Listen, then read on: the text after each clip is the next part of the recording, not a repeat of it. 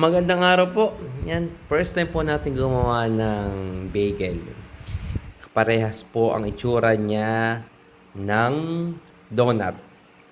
Pinagkaparehas po nila, parehas po silang may butas sa gitna.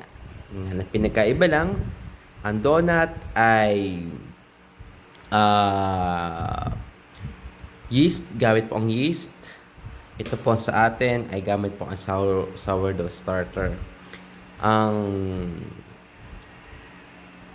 pagluluto po nila, ang donut ay piniprito o deep fry para umalisa. Ito po sa atin ay ino-oven kaya wala po tayo masyadong oil dito. At ang healthy rin po, mas healthy po ang bagel kaysa sa donut kasi nga po sourdough ang gamit natin. Yun nga lang, ang bagel ay syempre meron na siyang added na sugar. So ito, papatikim natin to sa mga kasamahan natin. At dahil nga po may sugar siya, hindi po tayo pwedeng tumikim. Maghihingi lang tayo ng comments. Okay? Salamat po.